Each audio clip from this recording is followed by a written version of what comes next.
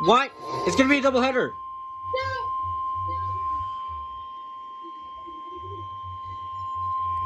The National Weather Service in Tulsa has issued a severe thunderstorm warning for southeastern Delaware County in northeastern Oklahoma, northern Adair County in northeastern Oklahoma, northeastern Cherokee County in east central Oklahoma, until 9:15 p.m. Central Standard Time.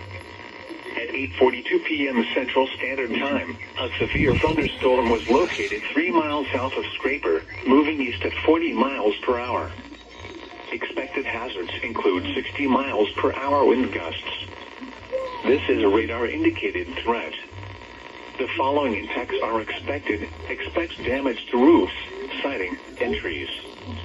Locations in or near the path include Siloam Springs, West Siloam Springs, Watts, Proctor, Scraper, Ballard, Natural Falls State Park.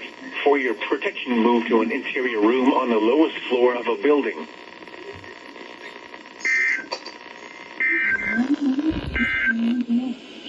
The current time is 8.